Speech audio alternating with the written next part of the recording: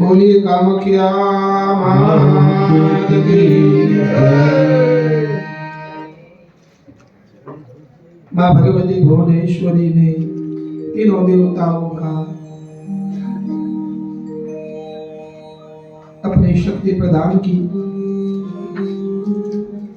सृष्टि प्रकरण हेतु भगवान विष्णु के द्वारा अंबा यज्ञ किया गया। अंबा यज्ञ के अंदर भगवान विष्णु ने बताया, महादेवी ने बताया, विष्णु